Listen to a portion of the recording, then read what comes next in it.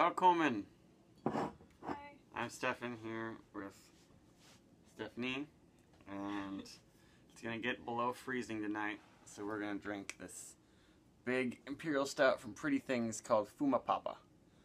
And it's a version of their double mash Russian Imperial Stout, Papa. And we had this one back when it first came out. I guess it's only come out once, last May, and it actually wasn't extremely smoky. Even though I just looked it up, and 1,300 pounds of the 8,000 pound mash is smoked malt, but it's mostly beechwood smoked malt, which is a little bit milder when not used in huge proportions like Schlenkerla and other Bamberg breweries that use 100% beechwood smoked malt. This one is 12%, and we very much like the Papa. I remember thinking this was really good last time I had it, but kind of being a little bit confused by how it wasn't extremely smoky. And usually smoke only goes down, I think, or the smoke flavor only goes down with age, but it's only 6 months old, so I'm sure it's good, but the question is, how good will it be? Are you excited?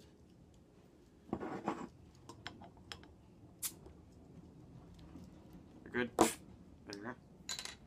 Fumapapa is one of my favorite beers of all time. Ooh.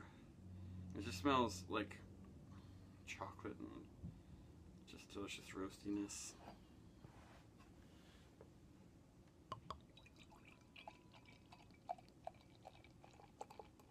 Pretty dark, but I can sort of see through it while I was pouring it. Seems like it's a little bit more carbonated, got a little more head than I remember. It's telling me that probably there's a little bit more fermentation happening in there. Do you want to pour yourself? Thanks. And it's a pretty dark head. But what I like about this one is that, unlike a lot of American big Russian Imperial Stouts, it's not hopped to the bejesus with American hops. I'm pretty sure they use European hops, because I don't get any super resinous, grapefruity, piney qualities. What do you think? Well, this is essentially Papa with smoked malts added, or correct me if I'm wrong. Yeah. I mean, yeah,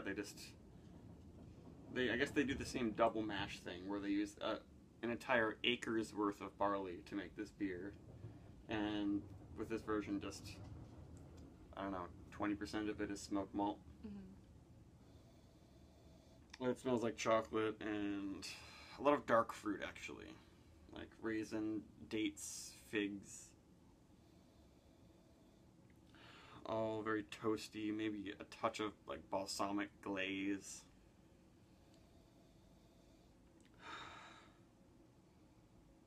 And some fruity, fancy coffee. I smell wood, like aged wood. Mm-hmm. A little bit. Maybe a little charred wood. Maybe it's a little bit of like bourbon, but it's not barrel aged or anything then. Yeah. No signs of aging or oxidation or anything like that. You don't get any wet paper or like any of that root beer spice or anything. Mm-mm. And so this smells like really fresh, intense roasted malts with very big aroma, definitely.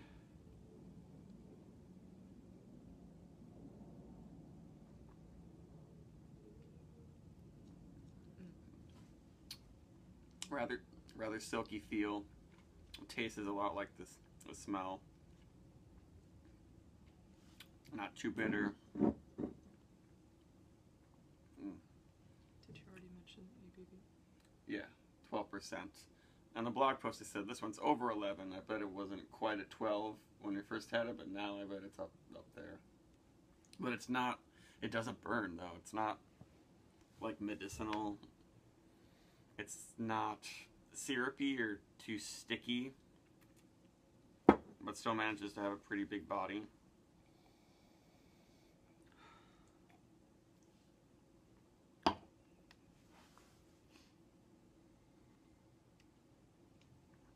I think the higher carbonation helps the body too. I'm gonna get my super strong flashlight to see if we can shine some light through this. Maybe check out the carbonation level. It's not going through. That's how that is, and then it's not getting through there. This is kind of a wide glass. That tells you it is very black. This hardly has that alcohol burn to it also, so it's deceptively strong. It just warms up the back of your throat. I don't smell anything like fusel alcohol or rubbing alcohol at all. No nail polish remover. Seems like this is what a true English Imperial Stout would be like, except that they usually don't make them this strong. Like the Samuel Smith Imperial Stout is only like 7%, which is very good. And I guess this is kind of like those. It has a minerally quality to it. It's not just all burn and bitterness.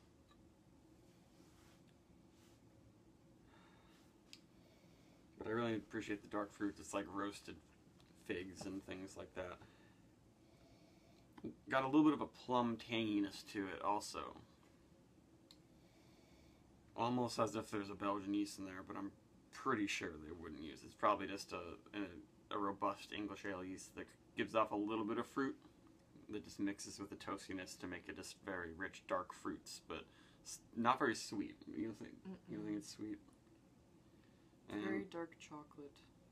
Yeah, it's like 100% dark chocolate. I should probably try it with my 85% dark chocolate bar over there from Trader Joe's. And it's probably a little bit too cold to even get all the aromas right now, but... But it's a sipper, so it's fine to wait and let it warm up a little bit too. But I love the feel on the tongue. Yeah, it's still got that really full body that Imperial Stout lovers should be satisfied by without being super sticky and sweet like some bourbon barrel-aged things and Bourbon County Stout, which is just a headache in a bottle. I think this is something that people who are into robust, dry red wines might appreciate. Like, you were just drinking a pretty intense red wine before this. I may have been. What is it? Oh, what is it? How does it feel switching over to this? Smooth transition. Is it like... Both are very dry. Well, not, excuse me, not very dry. The wine is very dry. And this isn't overly sweet or heavy in comparison. I bet the wine, it's dry, but a lot of that's coming from the barrel and the tannins, I think, which this isn't too tannic. I don't get any that raking of the tongue dryness like you just drank overbrewed tea. It's kind of mellow amongst all the strong flavors. It's not quite a punch in the face. Very low bitterness.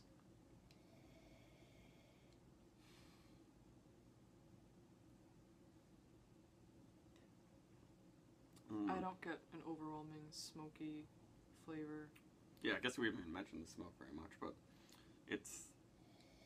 Because it's not maybe really the wood. Anything to mention. You said wood, and maybe there's sort of a woody vanilla quality that's coming from the smoke. It's not that meaty pork thing that's going on. And it might also help to make the flavors not seem as sweet. The smoke might be doing that. You can notice it in the aroma more than the taste. I think. There's a hint of smoked ham in the aroma, especially if you warm it once it warms up. But that mild sweetness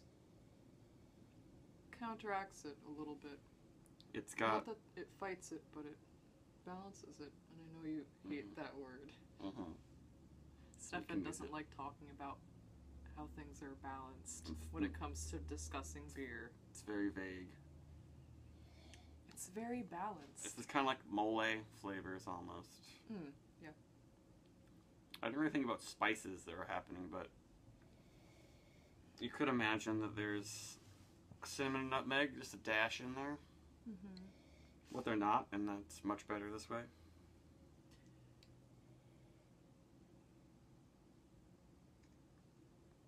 This makes me miss Fumapapa, though. We'll find it. I'll put out some feelers. If you ever see it. If you see this, it's worth picking up. But if you see Fumapapa, get it without hesitation. It's totally worth it. Yeah, my favorite Imperial Stouts that haven't been barrel-aged or anything, but I'm getting kind of tired of barrel-aged stouts anyways. So what would you give this? You can do half stars. Oh, I guess I've been doing it out of 10. I would say an 8.5. I probably agree. It's very good. And the more I drink it, the more I like it, and the more I want to drink. And I feel like that will also change. I feel like it's not even fair to really give it a rating until one's drank it through the whole spectrum of it's gotten really temperature. Warm. So maybe we can revisit our viewers when we've had this sitting out for a little while. Too bad we don't have 2 bottles. Wait, do you have 2 bottles? No. All right. Goodbye. And we're back. Thank you. Now experiencing the warmer version of Fumapapa. Fuma. And actually I was thinking after I had ate it with some of this dark chocolate and it warmed up that it's a smokiness that's kind of like the smoked paprika, but if you mix that with some dark chocolate at the same time. Almost like chipotle chocolate, but not spicy or peppery really. It smells better now.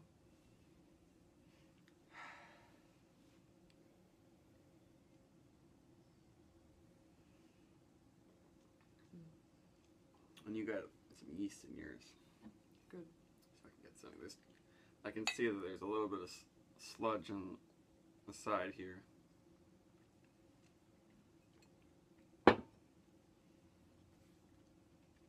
But it's weird because it's almost like sometimes feels like a dessert sort of beer.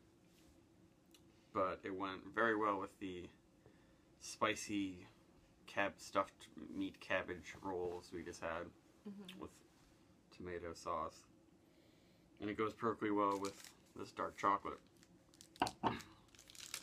The dark chocolate just kind of makes a little bit more on the sweet chocolatey fruity end.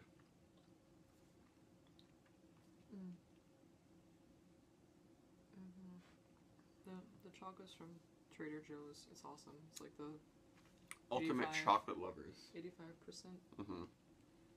Well, I think the cabbage rolls, I was imagining it a little more smoky though. The tomato made me think of the smoked paprika.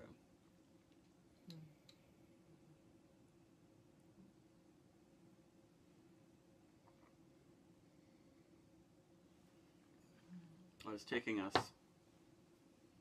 how long to finish this? Like an hour? Not nearly an hour. So that means we both haven't even drank 10 ounces total yet. This is a 22-ounce bottle. That's how much.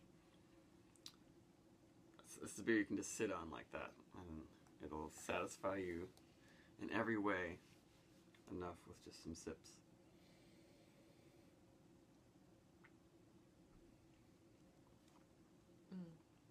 This chocolate's very good.